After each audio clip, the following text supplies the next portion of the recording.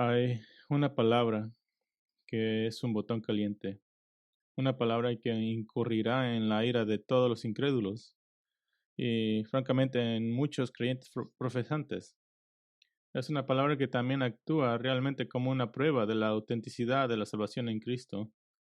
Es una palabra que inherentemente espera autonegación y autodesprecio. Es una palabra que a menudo se confunde con otros conceptos como victimismo o abuso o opresión.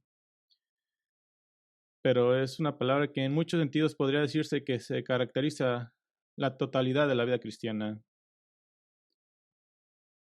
Es una palabra que se aplica a cada cristiano, solo que de diferentes formas. Es una palabra que Dios usa para moldear la vida cotidiana de nuestra fe. Es una palabra que prueba el alma y expone nuestro pecado a nuestros propios corazones. Es una palabra que supuestamente en nuestra sofisticación realmente deberíamos de haber ya superado. Una palabra que según la sabiduría mundana es arcaica, desactualizada y anticuada. Y de hecho, en muchos círculos evangélicos esta palabra causa desdén y expresiones arrogantes de cuán progresista y de mente abierta son ahora las nuevas generaciones de asistentes a la iglesia. Es una palabra que causa que un número de pastores se estremezca al mencionarla en voz alta y de lo cual se bromea nerviosamente en los sermones. Así que es, si es que se menciona, una palabra cuya seriedad se cubre con humor y risas nerviosas, y esta palabra que es toda una dinamita encendida, por ponerlo levemente, es, y desafortunadamente ya dije la palabra en mi sermón, pero la palabra es sumisión. Sumisión es una palabra explosiva que causa todo tipo de controversia. Pero en el Nuevo Testamento la idea de sumisión es parte integral del ser un creyente genuino en Cristo. Es parte de quienes somos. La palabra principal en griego, traducida como opotazo, significa someterse a otro, subordinarse a otro, el obedecer a otro, el colocarse bajo la autoridad de otro. Y en 1 Corintios 14:34 las mujeres dice guarden silencio en las iglesias porque no les es permitido hablar, antes bien que se sujeten, como dice también la ley. Lo que significa que las mujeres de la iglesia, por cierto, deben tener una actitud de aprendiz, no un corazón arrogante que quiere hablar más que el escuchar. Según de Corintios 9:13, Pablo le dice a los creyentes, por la prueba dada por esta administración, glorificar a Dios por la obediencia, la misma palabra, dice, de ustedes a la confesión del Evangelio. Pablo está hablando con los creyentes corintios con respecto a su colecta financiera para la desesperada situación de la iglesia en Jerusalén. Y dice, su obediencia, su sumisión de dar generosamente, como aquellos que han recibido el Evangelio de Cristo, glorificará a Dios. Efesios 5:21 dice, sométanse unos a otros. Misma palabra. Esto es en el contexto de una reunión de la iglesia en un entorno de una adoración corporativa, que este es un momento para someternos unos a otros, que todos somos iguales en Cristo, somos humildes y adoradores y sobrios y estamos todos unidos, que el escenario de adoración de todos los tiempos debe ser el tiempo de unidad y afinidad. Eso es como nos sometemos unos a otros. Efesios 5:22 dice, las mujeres estén sometidas a sus propios maridos como al Señor. Que hay una tremenda paz para una esposa que simplemente sobrepasa la idea de su esposo y ve su sumisión a su autoridad en el hogar como un servicio al Señor mismo, que su esposo es un medio para un fin mayor, y ese es el mostrar su amor hacia Dios. Podemos pensar en 1 Timoteo 2:11, que la mujer aprenda calladamente, con toda obediencia, que sumisión, una actitud de afán por obtener instrucción, sabiduría y santidad a través de la palabra de Dios. Y sin referencia a los géneros, Tito 2:9 dice, exhorta a los siervos a que se sujeten, misma palabra, a sus amos en todo, que sean complacientes, no contradiciendo. Que aquellos que trabajan para otros encontrarán su mayor alegría y satisfacción en simplemente complacer a aquel para quien ellos trabajan. Y Tito 3:1 se nos dice que recuérdenles a que estén sujetos a los gobernantes, a las autoridades, que estén obedientes, que estén preparados para toda buena obra, que los cristianos no están llamados a dirigir la próxima revolución o ser vistos siempre como los que se oponen a las leyes que son buenas y a las autoridades cuando son razonables. Y Hebreos 13:17, hablando de las relaciones en la iglesia entre pastores y ovejas, dicen, obedezcan a sus pastores y sujétense a la misma palabra, porque ellos bailan por sus almas como quienes han de dar cuenta. Permítanles que lo hagan con alegría y no quejándose, porque eso no sería provechoso para ustedes.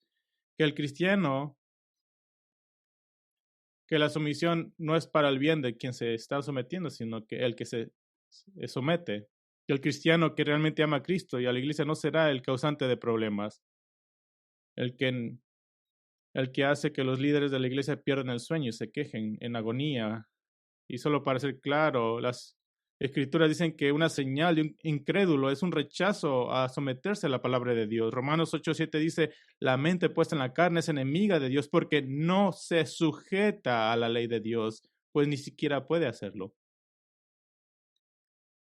Ahora, si tú eres un cristiano, un creyente en Cristo, primero te has sometido a Dios en la salvación. No venimos a Cristo con la cabeza levantada, venimos inclinados en humillación. No solo en humildad, sino en humillación. Venimos confiando en aquel que es nuestro nuevo curio, Señor, y somos sus amados dulos, esclavos. El Nuevo Testamento es muy claro acerca de esto. Y luego, después de eso, por amor a nuestro Maestro, por amor a nuestro Señor, Él ha establecido órdenes funcionales en las que demostramos nuestro amor por Él al llevar a cabo la voluntad de Dios en el lugar donde Él nos ha puesto. Y para ser claros, todos los cristianos se someten a alguien. Nadie está exento.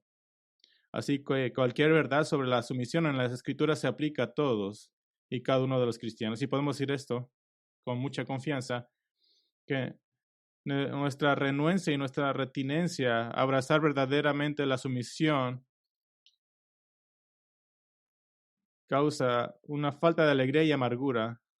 He perdido el número de veces que he aconsejado donde alguien está amargado y con falta de alegría, y podemos encontrar que tiene que ver con la falta de sumisión a alguien. Por otro lado, el abrazar totalmente la sumisión es una parte importante de la paz y el contentamiento disponible que Dios da a cada creyente que simplemente obedecerá. La sumisión es realmente una parte diaria de nuestras vidas que causa esa paz, ese contentamiento. Y sí, las esposas se someten a sus maridos, eso es lo que tendemos a ir primero, pero ¿qué hay de otras situaciones?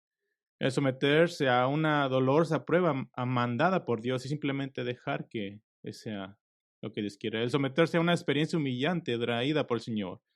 El someterse a la corrección del Espíritu Santo a medida que siente su convicción. El someterse a la palabra de Dios cuando lo que estás haciendo no es lo que estás leyendo. ¿Qué tal el someterse a una tarea, a una situación que no deseas hacer, pero que deberías hacer? En la iglesia, los ancianos de una iglesia se someten unos a otros en diferencia por el bien de la unidad y la causa común del Evangelio. ¿Qué tal el someterse a la corrección de un hermano o hermana, incluso si no se hace perfectamente? ¿Qué tal un hombre cristiano al someterse a la corrección dada por una hermana en el Señor, la cual resulta también ser su esposa? ¿Qué tal el someterse a una condición física que Dios no parece estar eliminando? No la quieres, pero está ahí. Todos nosotros tenemos a algo o a alguien a quien debemos someternos en nombre del confiar y el obedecer al diseño soberano del Señor en tu vida. Y si tratas de apretar los dientes y simplemente superarlo, particularmente cuando te sometes a una persona, si tratas de decir, bueno, voy a someterme a un que lo odio, es probable que no experimentes ninguna alegría porque la obediencia a medias no produce alegría, solamente cuando lo haces de todo corazón.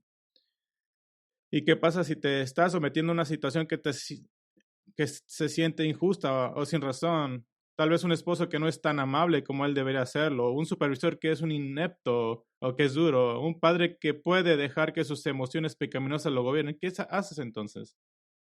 Bueno, esa fue la situación en la que se encuentran los judíos en Jerusalén poco después del regreso de Nehemías. Al tener la tarea de una asignación aparentemente imposible y tener que soportar ataques espirituales e incluso físicos al mismo tiempo. Y lo que ellos hicieron al enfrentarse a la abrumadora opresión y humillación fue el someterse a la voluntad del Señor y hacerlo con tal gracia y la determinación en la que encontramos una tremenda inspiración para nosotros mismos como creyentes en Cristo. Si no están ahí, vayamos a Nehemías 3. Nehemías 3. Y miraremos que los judíos en Jerusalén y sus alrededores y no habían sido el modelo de alguien que aguarda el pacto de Dios. Acababan de superar la crisis de sus matrimonios con las familias extranjeras, pero ahora que Dios les ha enviado a Nehemías para allanar el camino para la reconstrucción del muro derribado de Jerusalén, los judíos se encuentran en una enorme desventaja. Tienen una tarea gigantesca por delante, muy lejos de los años pasados, cuando en una generación anterior habían abandonado la obra del Señor y simplemente se habían dedicado a construirse hermosas casas para tratar de disfrutar de la vida. Pero ahora son llamados por Dios a intentar lo imposible, someter sus deseos para reconstruir el muro de Jerusalén, mientras están rodeados de enemigos, y así defender el honor y la gloria de Dios al construir protección alrededor de su ciudad. Así que de nuestro texto de esta noche en Nehemías 3:4 me gustaría extraer algunos principios para que todos nosotros nos los llevemos con respecto a la sumisión y tal vez digas, ¿cómo vamos a hacer 2 capítulos? Pero me gustaría mostrarles 5 principios de la sumisión piadosa y creo que los encontraremos como un gozo, un alivio, un deleite, porque vamos a ver que la verdadera sumisión desde el corazón depende mucho más del Señor y menos en nuestros propios esfuerzos. Así que 5 principios de la sumisión piadosa. Primero, todos los creyentes se someten a Dios. Todos los creyentes se someten a Dios. Ahora, lo que quiero decir con eso es que todos los verdaderos creyentes se someten a Dios. No todos los profesantes. Todos los creyentes se someten a Dios. Nehemías comienza este evento en el capítulo 3 enumerando a los judíos que reconstruyeron el camino y repararon el muro, y este parece ser una lista selectiva de los hombres claves involucrados. Ahora, geográficamente el capítulo describirá el muro siendo completamente reconstruido en ciertas secciones y reparado en otras. Y comenzando desde la esquina más al norte de la pared, va a ir yendo en sentido contrario a las manecillas del reloj en toda la descripción de Nehemías. Ahora, no leeré todo el capítulo porque es solo una lista de los hombres involucrados y las tareas particulares que lograron, pero sí quiero dar un par de aspectos destacados y señalar 2 características importantes. 2 características importantes. La primera es que toda clase de personas estaban involucradas. En otras palabras, todas las personas eran iguales en cuanto al someterse al arduo trabajo de este proyecto. Capítulo 3.1, Nehemías 3.1. Dice, entonces el sumo sacerdote Eliasib se levantó con sus hermanos los sacerdotes y edificaron las puertas de las ovejas, la consagraron y asentaron sus hojas, consagraron la muralla hasta la torre del Cien y hasta la torre de Ananel. Así que de inmediato aquí, Nehemías encabeza la lista al mostrar que el sumo sacerdote mismo y su familia estaban reconstruyendo las puertas de las ovejas. Capítulo 3:18 dice, después de él hicieron reparaciones sus hermanos bajo Baí, hijo de Enadad, oficial de la otra mitad del distrito de Keila. ¿Qué nos dice eso? Nos dice que un importante funcionario del gobierno estaba allí ensuciándose las manos haciendo reparaciones. Y también Nehemías se asegura de destacar que hombres de diferentes comunidades estaban trabajando juntos. Versículo 2. Voy a ir rápidamente a través de estos. Dice, versículos junto a él edificaron los hombres de Jericó. Versículo 5, a su lado hicieron también reparaciones los teositas. El 7 dice, junto a ellos Melatías, el Gebanita, y Jadaón, el Meronita. El 13, Anún y los habitantes de Sanaoa. Dice, tiene el versículo 26, los sirvientes del templo que habitaban en Ofel. Y el 27 dice, después de ellos, los tecoitas. También tienes hombres de diferentes oficios y habilidades que estaban trabajando juntos. El versículo 8 dice, a su lado hizo reparaciones Uziel, hijo de Arraí, de los orfebres, y junto a él hizo reparaciones Ananías, uno de los perfumistas. Tienes un hombre que hacía joyería y otro que hacía perfumes. Versículo 32, similarmente. Dice, los orfebres y los mercaderes hicieron reparaciones entre el aposento alto de la esquina y la puerta de las ovejas. Así que el primer hecho es que toda clase de personas están involucradas. Segunda característica importante es estaban sometiendo a esta tarea no porque estuvieran siendo impulsados o incluso necesariamente inspirados por Nehemías, parecerían tener una motivación superior. Ahora, Nehemías es constantemente visto apuntando rápidamente toda gloria a Dios, incluso cuando él mismo estaba siendo fiel. Nehemías mismo no se menciona en el capítulo 3. Ahora en el Nehemías del versículo 16 no es el mismo hombre. El papel de Nehemías hasta ahora ha sido el obtener permisos para construir de parte del rey de Persia, Artajerjes, y adquirir los materiales de construcción necesarios. Ahora, ¿por qué es esto importante? Porque a veces Nehemías 3 se presenta como un ejemplo del tremendo liderazgo y organización de parte de Nehemías, pero eso ni siquiera se menciona. Eso realmente omite el punto. Nehemías no es mencionado y es probable que no sea él quien realmente organizó la obra. Todo el punto aquí y toda la implicación gloriosa es que todos estos hombres, desde los sacerdotes hasta el trabajador común, desde múltiples comunidades, de múltiples ámbitos de la vida, todos sean iguales al pie del muro. Eso era lo que era importante. Como tú y yo, todos los cristianos son iguales al pie de la cruz. Todos, es el mismo concepto. Todos nosotros servimos a Cristo como nuestro Señor. Todos somos dulos, esclavos, y es a quien ante quien somos responsables. Y en cualquier situación o posición en la vida que Dios te ha puesto, ahí es donde floreces y ahí es donde te sometes voluntariamente y gozosamente a su plan para ti. No encuentras gozo cristiano buscando un nuevo plan, sino amando el plan en el que Dios te ha puesto. Así de simple. Te preguntas esto: ¿a qué o a quién estoy llamado a someterme? Y luego, haciendo de eso el enfoque principal de tu vida, eso te resultará en paz, en alegría, en contentamiento. Por cierto, creo que este proyecto del muro es una hermosa imagen de la iglesia de Jesucristo. Miramos esto en el Nuevo Testamento. Tanto hombre como mujer, judío como griego, esclavos como libres, todos trabajan juntos para el bien del Evangelio de Jesucristo y por el gozo de la iglesia. Es una foto hermosa que nos recuerda.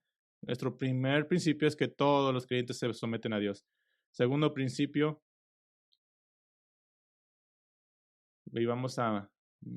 El segundo principio es: responde a los ataques espirituales con la oración. Responde a los ataques espirituales con la oración. Ahora, ¿qué iba a hacer de este proyecto de reconstrucción un desafío tan imposible, al menos desde el punto de vista humano?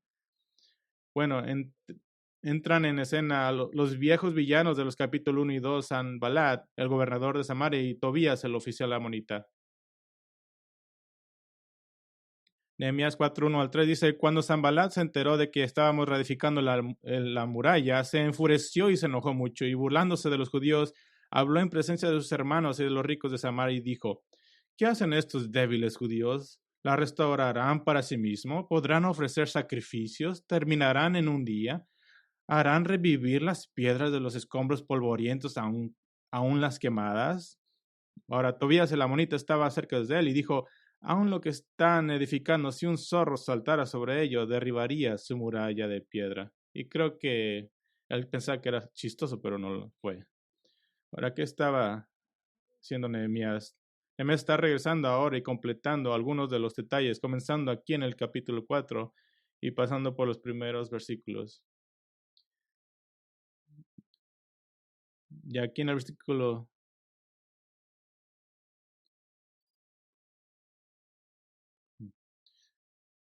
Aquí en estos primeros versículos del capítulo 4 nos da una mirada privilegiada al desprecio, a la risa y la burla de estos hombres malvados. Primero, Sanballat, el gobernador de Samaria, habla. Está enojado, está furioso y da un discurso burlón públicamente frente a su pueblo y también frente a sus militares, y hace esta pregunta sarcástica: ¿qué hacen estos débiles judíos? Y luego lo sigue con 4 preguntas retóricas para sofocar, minimizar y deshumanizar a los judíos que construyen el muro de Jerusalén. ¿Qué dice? Dice: ¿la restaurarán para sí mismos? ¿Podrán ofrecer sacrificios? ¿Terminarán en un día? ¿Harán revivir las piedras? En otras palabras, ¿realmente piensan que terminarán este muro? ¿Realmente piensan que tendrán suficiente protección para ofrecer sacrificios a Dios en el templo? ¿Creen que van a terminar en un día? Esa es una exageración. ¿Realmente creen que pueden restaurar las piedras rotas y dañadas por el fuego para que vuelvan a ser un muro glorioso? Sanballat está haciendo lo que hacen todos los bravucones. Se está riendo del débil frente a una multitud que se siente intimidada por él. Entonces Tobías el amonita se mete. Los bravucones más fuertes siempre tratan de traer a otros a su maldad. Y Tobías se mete para decir sarcásticamente que la reconstrucción del muro de los judíos iba a ser tan mala que incluso un zorro saltando sobre ella causaría una avalancha de piedras. Esto es antisemitismo en una forma clásica, tratar a los judíos como una clase más baja de persona. Y entonces los judíos se enfrentan a un ataque espiritual. El odio hacia el pueblo de Dios ha sido consistente durante todos sus 3.500 años de historia. Incluso los miembros prominentes de nuestro propio gobierno hoy en este mismo año aborrecen a Israel y dicen abiertamente que los judíos no tienen derecho a una nación. Por el contrario, los judíos son las únicas personas en la historia a los que Dios mismo ha entregado un pedazo exacto de tierra como pertenencia para siempre. Ahora, en tu caso en el que te estás sometiendo a una situación difícil, a una persona pecadora, o tal vez es la misma cosa,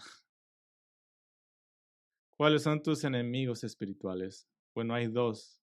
Hay dos enemigos espirituales que odian tu sumisión al Señor, enemigos que te atacan y tratan de sofocar tu obediencia al Señor. Va a ser corto en el primero, pero un poco más largo en el segundo. El primer enemigo que tienes es el primer ataque espiritual, es un ataque directo externo. Ataques directos externos, maldad genuina que viene hacia ti. Todos ustedes han experimentado esto y el sentido de impotencia y de degradación o de una situación. Pero eso no es el enemigo que me preocupa principalmente esta noche, porque al final Dios tratará con todos los enemigos de la justicia, solo tenemos que esperar lo suficiente. Estoy más preocupado por el segundo enemigo espiritual, y ese eres tú mismo. El decirte a ti mismo que no mereces tener que someterte en esta situación, el sucumbir a la ira, a la amargura, a arrastrar los pies en tu propio corazón, al tratar de resistir en lugar de abrazar lo que Dios tiene para ti. Uno de los versículos del Nuevo Testamento que ordena nuestra sumisión, lo leía ya antes, se da a aquellos bajo autoridad humana, y es Tito 2:9. Exhorta a los esclavos a que se sujeten a sus amos en todo, que sean complacientes, no contradiciendo. Esto no es enojo, no es amargura, no es arrastrar tus pies. Pablo dice, sean complacientes, quiere decir, agraden en todo, por encima y más allá. Si se te pide hacer esto, haces más que eso.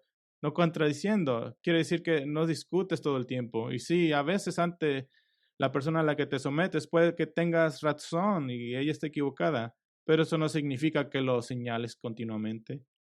Significa hacer a esa persona que se alegre y se sienta agradecida de que estás en su equipo.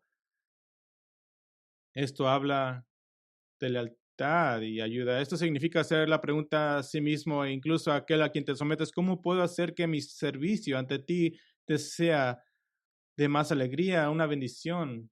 Tal vez no estés pensando en someterte a una persona, tal vez en una situación en la que te tengas que someterse. ¿Cómo puede ser bendición a aquellos que me rodean a pesar de que estoy sufriendo? ¿Cómo puede ser la vida de otros más alegre? Y en última instancia, el creyente que continúa teniendo una actitud de arrastrar los pies, quien es causa de gemidos y no de alegría, escucha, ese creyente no está completamente convencido de que la voluntad de Dios sea realmente el mejor curso hacia él. Él no lo dirá en voz alta, pero puede convencerse de que, oh, yo tengo una mejor idea de lo que me conviene a lo que Dios. Pero el creyente que está completamente convencido puede tener un comportamiento pacífico y de contentamiento. ¿Qué es el ser complaciente? ¿Qué es lo que causa alegría y no gemidos? Y no puedo enfatizar muy tanto esto, pero todos nosotros somos esclavos. Cada uno de nosotros es solo una cuestión de lo que eliges ser esclavo. Puedes ser esclavizado a tu pecado y que el Señor tenga que santificarte a pesar de ti. O puedes ser esclavizado a Cristo y hacer que el Señor te santifique a través de tu obediencia. Esto es lo que Pablo está hablando en Romanos 6, 12 a 16. Dice, no reine pues el pecado en vuestro cuerpo mortal, de modo que lo obedezcáis en sus concupiscencias, ni tampoco presentéis vuestros miembros al pecado como instrumento de iniquidad, sino presentaos vosotros mismos a Dios como vivos de entre los muertos y vuestros miembros a Dios como instrumentos de justicia, porque el pecado no se enseñoreará de vosotros, pues no estáis bajo la ley, sino bajo la gracia. Que pues pecaremos porque no estamos bajo la ley, sino bajo la gracia de ninguna manera. ¿No sabéis que si os sometéis a alguien como esclavos para obedecerle, sois esclavos de aquel a quien obedecéis, sea del pecado para muerte o de la obediencia para justicia? ¿Y qué quiere decir eso? Quiere decir que si puedes estar convencido de que ser esclavo a Cristo no importa lo que eso traiga, siguiendo la orden que te mandé, puedes estar contento en cualquier momento, en cualquier situación, si te sometes a Él. Y 1 Corintios, capítulo 7, el apóstol Pablo da palabras de sabiduría, no realmente mandamientos, sino solo un consejo sabio. Dice, pero cada uno como el Señor le repartió y como Dios llamó a cada uno, así haga. Esto ordeno en todas las iglesias. ¿Qué está hablando aquí? Está diciendo, si estás soltero, está bien que estás soltero. Si estás casado, está bien que estás casado. Si eres esclavo, está bien que seas esclavo. Donde quiera que estés en la vida, simplemente quédate ahí, está bien. Porque puedes estar contento donde quiera que estés. Así como derrotas a estos enemigos espirituales, tanto los enemigos externos como internos. Bueno, no hay gran sorpresa para nosotros en estas Nehemías. Los derrotas con la oración. Y escucha la oración de Nehemías. Es corta. La anterior era larga, esta es muy corta. Dice, oye, oh Dios nuestro, cómo somos despreciados. Devuelve su oprobio sobre sus cabezas y entrégalos por despojo en una tierra de cautividad. No perdones su iniquidad, ni su pecado sea borrado de delante de ti, porque han desmoralizado a los que edifican. Wow, esa es una oración agresiva y que va al grano. Este es un tono y un enfoque muy diferente a la oración contraria. Esta es una oración con un tono muy diferente. Esta es lo que se le llama una oración imprecatoria, una oración de juicio o maldición hacia el enemigo. Y quiero que note algunas características de esta oración. Primero que nada, es una oración bíblica. Es una oración bíblica. Nehemías básicamente está recordando el pacto abrahámico y una parte de este pacto que Dios dio. Dice en Génesis 12:3, bendeciré a los que te bendijeren y a los que te maldicen, maldeciré. Todo lo que está haciendo Nehemías es recordar la palabra del Señor. Dios le prometió a Abraham que el que escarnece y desprecia a Abraham y lo por implicación a sus descendientes sería maldecido por Dios. Así que no critiques a Nehemías por no ser evangelístico. Él está más preocupado por la gloria de Dios que lo que es ganar las almas. Sanballat y Tobías se habían burlado del Dios de Israel y del pueblo de Dios. Así que es una oración bíblica. Segundo, es una oración lógica. Es una oración lógica.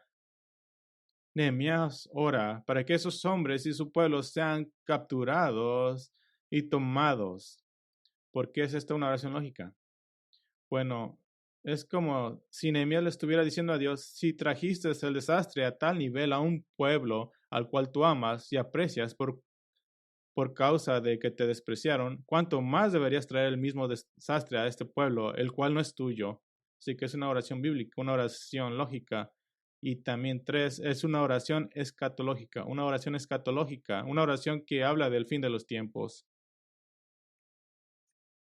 Nehemías está pidiendo que Dios no perdone los pecados de estos hombres, que en el juicio del gran trono blanco en Apocalipsis 20, Sanballat y Tobías aparezcan ante Dios para ser juzgados. ¿Por qué?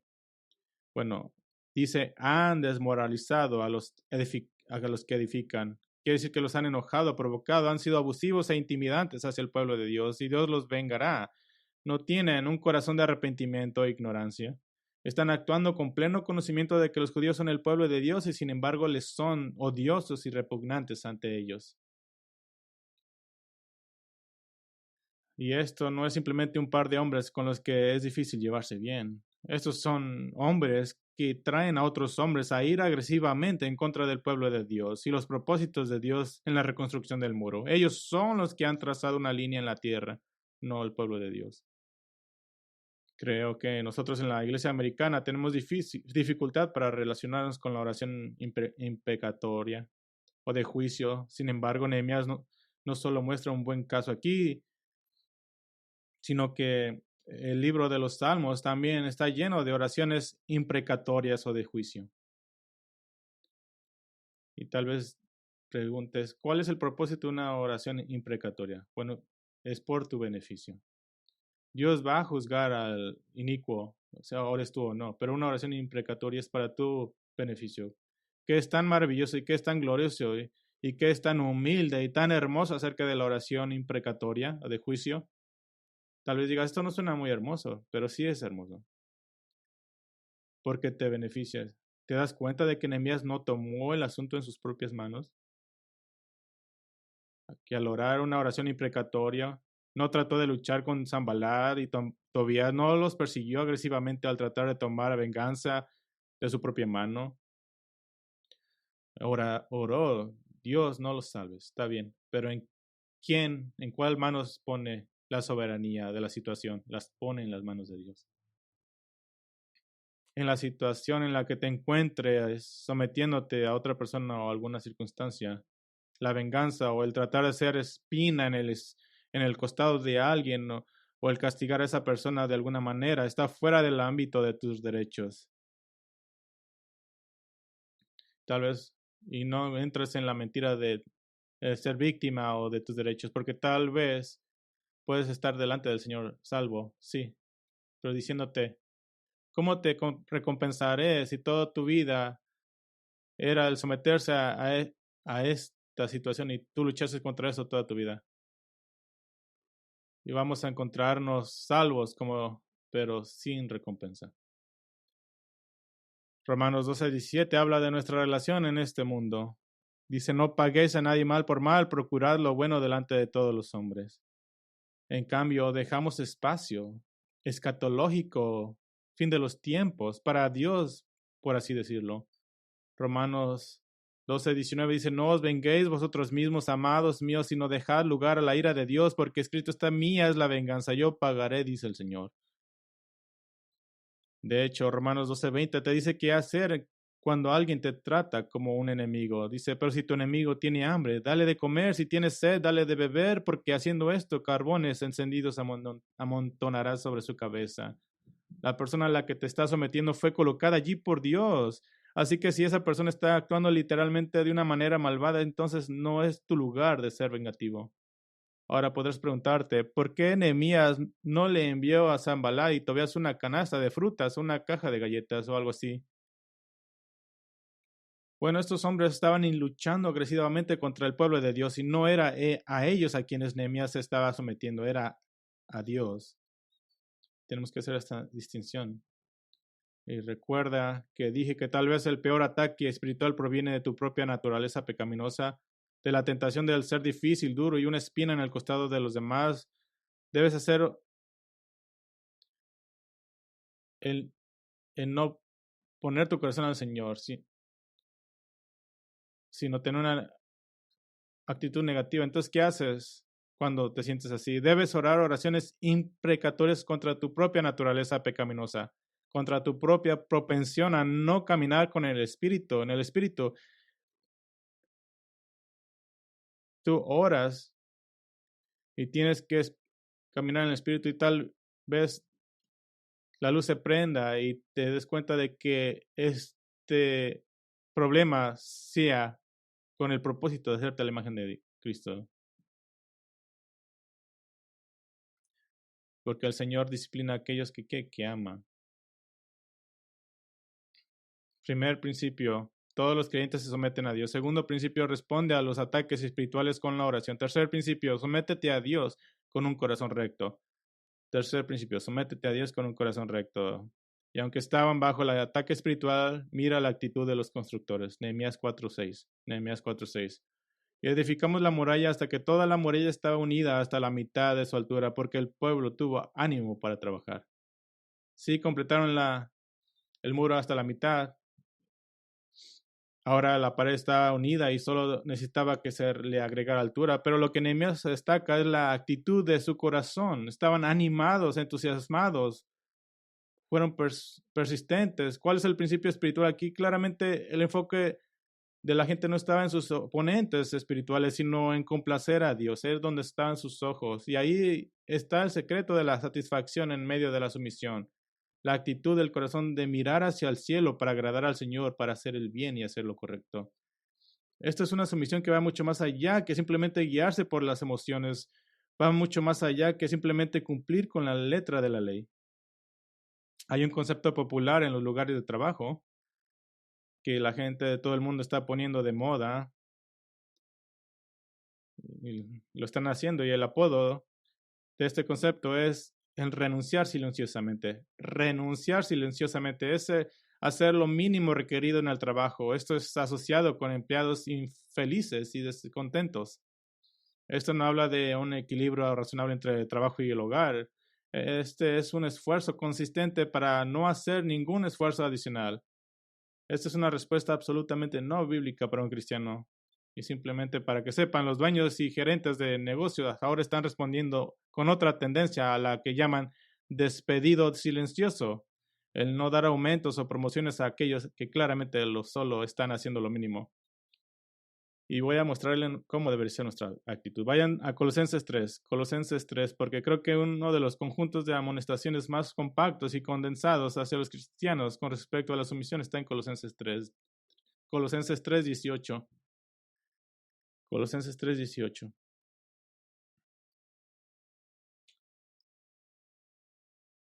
Colosenses 3:18.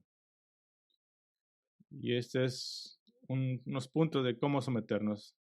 Dice, mujeres, estén sujetas a sus maridos como conviene en el Señor. Maridos, amen a sus mujeres, no sean ásperos con ellas. Y la implicación aquí es que los hombres están sometiendo a Cristo. Hijos, sean obedientes a sus padres en todo porque esto es agradable al Señor. Padres, no desesperen a sus hijos para que no se desalienten. Esclavos o siervos, obedezcan en todo a sus amos en la tierra, no para ser vistos como los que quieren agradar a los hombres, sino con sinceridad de corazón temiendo al Señor. Esto no indica en renunciar silenciosamente o simplemente hacer lo mínimo. Esto indica el darlo todo, tener a lo que el título del mensaje de esta noche llama una sumisión agresiva. Que tu sumisión provenga desde el corazón temiendo al Señor. ¿Por qué temiendo al Señor? Porque en Jeremías 17:10 Dios dice, yo, el Señor, escudriño el corazón, pruebo los pensamientos para dar a cada uno según sus caminos, según el fruto de sus obras. Y Hebreos 4:12 dice, porque la palabra de Dios es viva y eficaz y más cortante que cualquier espada de dos filos, penetra hasta la división del alma y del espíritu, de las coyunturas y los tuétanos, y es poderosa para discernir los pensamientos y las intenciones del corazón. Así que el temor del Señor es posible que te mires sumiso, pero tengas un corazón de rebelión y estés delante del Señor y no obtengas recompensa alguna. Así que en el contexto de la sumisión, Pablo está amonestando. Colosenses 3:23 dice, todo lo que hagan, háganlo de corazón, como para el Señor y no para los hombres, sabiendo que del Señor recibirán la recompensa de la herencia. Es a Cristo, al Señor, a quien sirven. ¿Cómo sabes que tu corazón no está bien con respecto a la sumisión? ¿Cómo sabes? Cuando eliges cultivar pensamientos negativos e irrespetuosos, y pueden ser pensamientos hacia el Señor cuando dices, ay Señor, estoy cansado de esto, en lugar de decir, ¿cómo puedo mejorar? El Señor ve tus pensamientos, así que actuar sumiso exteriormente no hará ningún bien, y sin un corazón correcto estarás en esencia renunciando silenciosamente. Tal vez te vuelves demasiado crítico, primero en tu corazón y luego con tu lengua. Bueno, puedo que tenga que someterme, pero voy a hacer que fulano de tal conozca continuamente todas mis quejas. Está en el ministerio pastoral y tenía un hombre que pensaba que su don espiritual era el don del criticismo. Y cada rato teníamos emails de él diciéndome lo que hice mal. Y una vez me preguntó, ¿acaso no me vas a responder? Y dije, sí, respondo. Te los borro los emails. Tal vez te resulta difícil orar genuinamente por aquellos a quienes te sometes. Tal vez no eres demasiado difícil, pero tampoco eres demasiado útil. Pones tu granito de arena, por así decirlo, pero es todo. El Señor ve eso y no le agrada.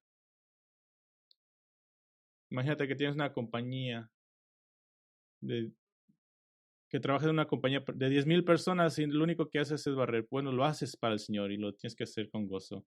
No hay gozo en renunciar silenciosamente. Y un renunciante silencioso no trae alegría a tu vida. En cambio, solo alimenta el monstruo pecaminoso que cree merecerlo todo y que reclama mis derechos. Vayan conmigo a Nehemías 4. El primer principio es que todos los creyentes se someten a Dios. Segundo principio es responde a los ataques espirituales con la oración. El tercer principio es sométete a Dios con un corazón recto. El cuarto principio es persevera en la oración. Persevera en la oración.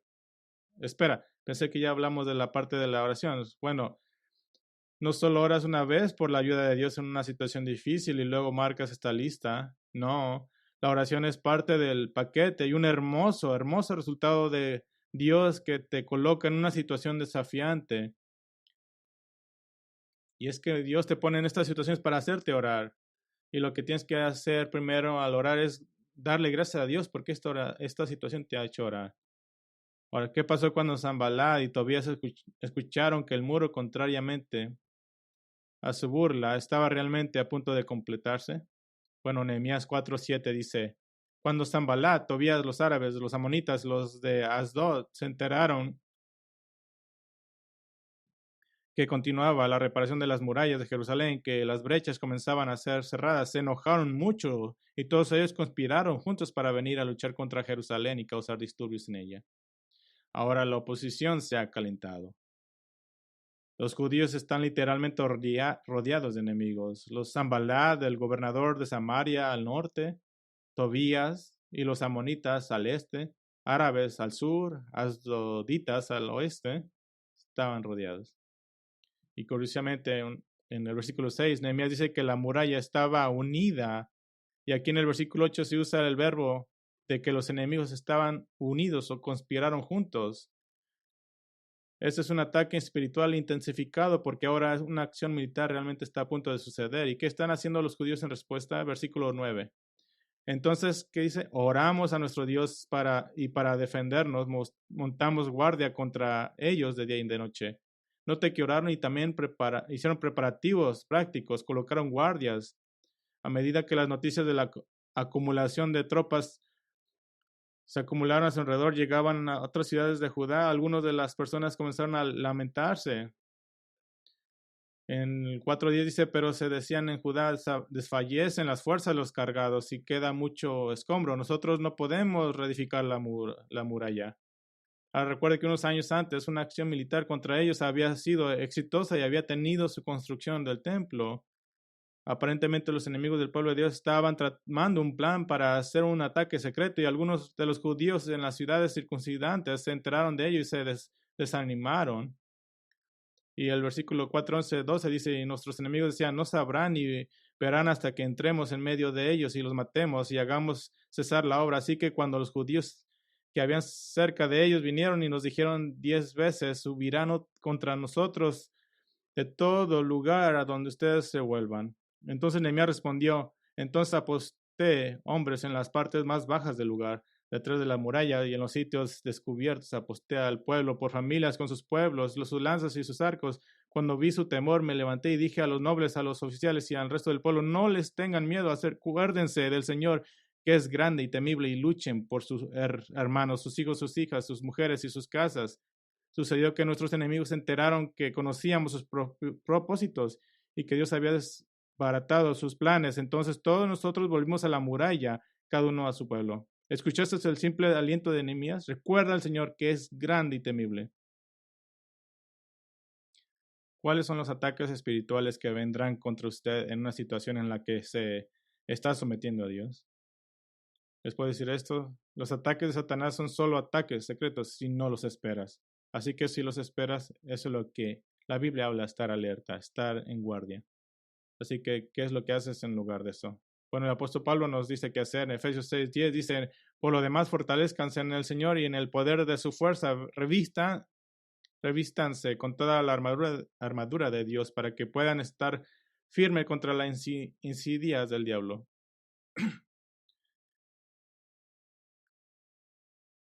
Ahora, ¿por qué Pablo escribe todo esto de la armadura de Dios? Bueno, porque antes de eso, él habla en Efesios 5:21, están sujetos los unos a los otros. Efesios 5:22, las esposas están sujetas a sus propios esposos en cuanto al Señor. Los esposos se someten a Cristo amando a sus esposas al nivel que Cristo amó a la iglesia. Efesios 6:1, los hijos obedezcan a sus padres. Efesios 6:4, los padres obedezcan al Señor. Siervos obedezcan a vuestros amos. Esto se nos da en el contexto de la sumisión, la armadura de Dios, para poder pasar a través de la sumisión. Y cómo Satanás le encantaría verte como un cristiano viviendo una vida de rebelión y falta de sumisión. ¿Por qué? Porque deshonra a Dios y hace que el evangelio parezca débil.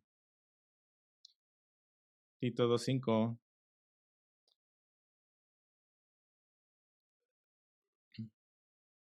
le dice que las esposas sometan a sus esposos. ¿Y para qué les dice eso? Para que la palabra de Dios no sea blasfemada.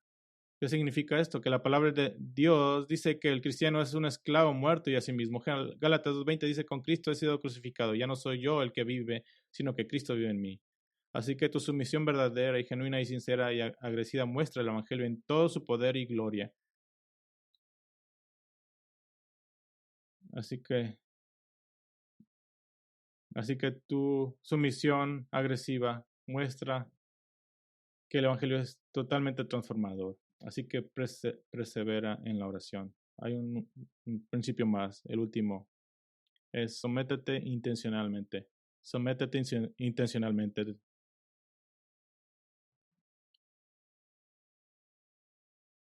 Sométete intencionalmente, proactivamente. Ahora, les dije esta mañana que íbamos a ir a lo que es la imagen más famosa o historia. Es una imagen que habla de la situación desesperada de los judíos en Jerusalén, pero que alaba su coraje y determinación por seguir al Señor a toda costa y someterse a su voluntad bajo su propio riesgo. Nehemías 4:16 dice, Nehemías 4:16, desde aquel día la mitad de mis hombres trabajaban en la obra, mientras que la otra mitad portaba las lanzas, los escudos, los arcos y los corazas, los capitanes estaban detrás de ellos, toda la casa de Judá. Los que reedificaban la muralla y los que llevaban cargas llevaban la carga con una mano trabajando en la obra, y en la otra empuñaban una arma. Estaban con una pala en una mano y la espada en otra. Cada uno de los que reedifican tenía ceñida al lado su espada mientras edificaban. El que tocaba la trompeta estaba junto a mí y dije a los nobles, los oficiales y al resto del pueblo, la obra es grande y extensa y estamos separados en la muralla lejos del uno al otro. En lugar que oigan el sonido de la trompeta, reúnanse allí con nosotros, nuestro Dios peleará por nosotros. Hacemos el trabajo con la mitad empuñando las lanzas desde el despuntar del alba hasta que salían las estrellas. En aquel tiempo dije también al pueblo, cada hombre con su ayudante pase la noche dentro de Jerusalén para que no sirvan de centinela por la noche y de obrero por el día. Ni yo, ni mis hermanos, ni mis criados, ni los hombres de la guardia que me seguían, ninguno de nosotros se quitó la ropa, cada uno llevaba su arma aún en el agua. Te diste cuenta de que Nehemías no solo tenía un plan, sino que era Dios detrás del plan lo que le traía éxito. Nehemías les dijo a los judíos un plan, Nehemías les dio a los judíos un plan defensivo, proactivo mientras confiaban en el Señor, que el Señor los ayudara. La verdadera sumisión al Señor no implica simplemente tratar en tus propias fuerzas de tener una buena actitud acerca de lo que sea que te lance. En cambio, la verdadera sumisión a una persona, a una situación, encuentra su mayor fuerza en una intencionalidad positiva a sus roles y deberes. Que no solo estás tratando de salir adelante, eso nunca te traerá gozo y satisfacción en el Señor. ¿Cómo vas a ser intencional? Si estás sometiéndote a una organización que es difícil o injusta, ¿cómo puedo hacer una bendición, cómo puedo causar gozo a los que me rodean. No estás solamente tratando de pasar por las pruebas, sino reemplaza eso con estrategias y determinaciones proactivas. Te preguntas a ti mismo, ¿qué esfuerzos puedo hacer para hacer un gozo, una bendición y un deleite como alguien que se somete a Dios? Ese es el único camino hacia el gozo, la sumisión, el abrazarlo completamente y encontrar gozo en el Señor, en lugar del vano intento de encontrar gozo en el tratar de manipular o coaccionar o renunciar silenciosamente a tu camino hacia la felicidad en el Señor. ¿Dónde está el verdadero gozo? El verdadero gozo está en Filipenses 2, 3 al 5. No hagan nada por egoísmo o por vanagloria, sino que con actitud humilde cada uno de ustedes considere al otro como más importante que a sí mismo, no buscando cada uno sus propios intereses, sino el bien de los intereses de los demás. Que si tú piensas que eres la persona menos importante de tu vida, si no tienes sueños y aspiraciones, no puedes desilusionarte. Todo lo que el Señor haga, el verdadero cristiano aprende a tener un objetivo donde tú te pones atrás y miras, oh, ¿qué tiene Dios para mi vida? Oh, cáncer por la cuarta vez, dificultad en mi trabajo, tengo 8 niños y 4 de ellos no están creciendo bien. No es interesante eso. No hagas nada por ambición propia. Déjame terminar con 3 aplicaciones breves. La primera es creciendo a la semejanza de Cristo. ¿Cómo creces a la semejanza de Cristo desde aquí? Era la voluntad de Dios que reconstruyeran el muro, eso es claro. Pero Dios también estaba permitiendo que la oposición de Sanballat y Tobías viniera contra ellos. Él es soberano. Vimos anteriormente en Colosenses 3:18 que da las listas de situaciones que llaman al cristiano a someterse esposas a sus maridos, esposos a Cristo, hijos a padres y padres al Señor y esclavos a amos. Y recuerde que todas estas situaciones de sumisión, Pablo amonesta al cristiano a mantener sus ojos más allá que simplemente la situación en cuestión. Él dice que estamos sirviendo al Señor, pero ¿cómo mantenemos nuestros ojos más allá de la situación? El contexto es todo en la escritura. Y el contexto de los pasajes de sumisión en Colosenses 3 se remonta al principio del capítulo y responde a esta pregunta para el lector. Y da esta respuesta: si ustedes pues han resucitado con Cristo, busquen las cosas de arriba, donde está Cristo sentado a la diestra de Dios. Pongan la mirada en las cosas de arriba, no en las de la tierra, porque ustedes han muerto y su vida está escondida con Cristo en Dios. Cuando Cristo, nuestra vida, sea manifestado, entonces ustedes también serán manifestados con Él en gloria. Déjame decirte esto. La parábola que Cristo hace del pobre hombre Lázaro y del rico y del pobre Lázaro, que simplemente estaba esperando por las migajas, y Enrico tenía todas esas cosas en la vida y Lázaro simplemente estaba tirado en el piso, destituido en la vida. Y sabemos cómo termina la historia. Lázaro era un creyente en el Dios de la Biblia y Enrico no. Y nosotros tenemos una foto de la eternidad y Lázaro está en la gloria, y gozando todas las cosas buenas que Dios tiene, y el hombre rico está en las flamas. Así que no te preocupes de tu situación, Dios lo rectificará. ¿Qué tal el camino a la cruz? ¿Cómo Nehemías nos lleva a la cruz? Bueno, no esperaríamos que los hombres que trabajaban en el muro de Jerusalén tuvieran una comprensión clara de la cruz venidera de Cristo, pero sí entendían que estaban sirviendo al Señor y demostraron una voluntad de luchar e incluso morir al servicio del Señor. Para ustedes, como creyentes del Nuevo Testamento en Cristo, con el beneficio de la revelación de Cristo, pueden leer sobre el impacto de la cruz en el mismo texto que acabo de leer. Colosenses 3:3 nos da la razón por la que podemos someternos y preservar, porque ustedes han muerto. Por eso pueden preservar. Han muerto. Nuestras vidas ahora se identifican con la muerte de Cristo, y la otra cara gloriosa de esta moneda teológica es que también estamos identificados con la resurrección de Cristo. Eso es todo por la obra de Cristo en la cruz para hacer propiciación por tus pecados, y debido a esto, en realidad lo que te sucede en esta vida no afectará ni puede afectar tu futuro, en el que Colosenses dice, ustedes también serán manifestados en gloria.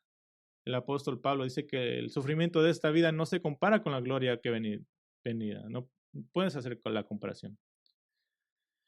¿Y qué tal el camino hacia el reino venidero de Cristo? ¿Cómo podemos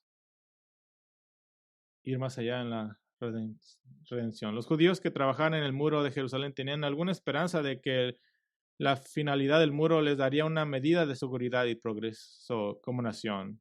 Y aunque todavía estaban siendo humillados bajo el gobierno de Persia, y aunque su número era pequeño, la clara determinación y el trabajo en equipo mostrado por los hombres de toda clase de personas y diferentes ámbitos de la vida mostraron su esperanza de mejores días por venir. Ese es un punto de vista maravilloso y pacífico desde el cual enfrentar ataques espirituales y someterse a una situación menos que ideal. ¿Y puedo decirle algo?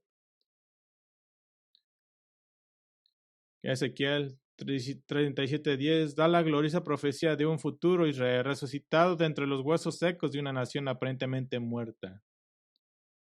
Y Ezequiel 37:10 dice, y el Espíritu entró en ellos y vivieron y se pusieron en pie un enorme e inmenso ejército. Miras, en ese día no habrá Sanbalats, no habrá más Tobías. Nadie se reirá, nadie se burlará cuando surja el poderoso Rey de Israel en toda su gloria. Y nadie se reirá sino con gozo cuando llegue el poderoso Rey de Israel y Jehová sea Rey sobre toda la tierra, como dice Zacarías 14:9. Así que puedes participar en una sumisión agresiva porque viene en Rey a quien todos se someterán. Amén. Por eso oremos, Padre, te damos gracias por este texto tan inspirador. Y cualquier situación en la que estemos, Señor, ayúdanos a ser el ejemplo a los que nos rodean, tener corazones de sumisión que encuentran gozo y paz. Y te damos gracias y miramos a los resultados en nuestras vidas. En Cristo Jesús oramos. Amén.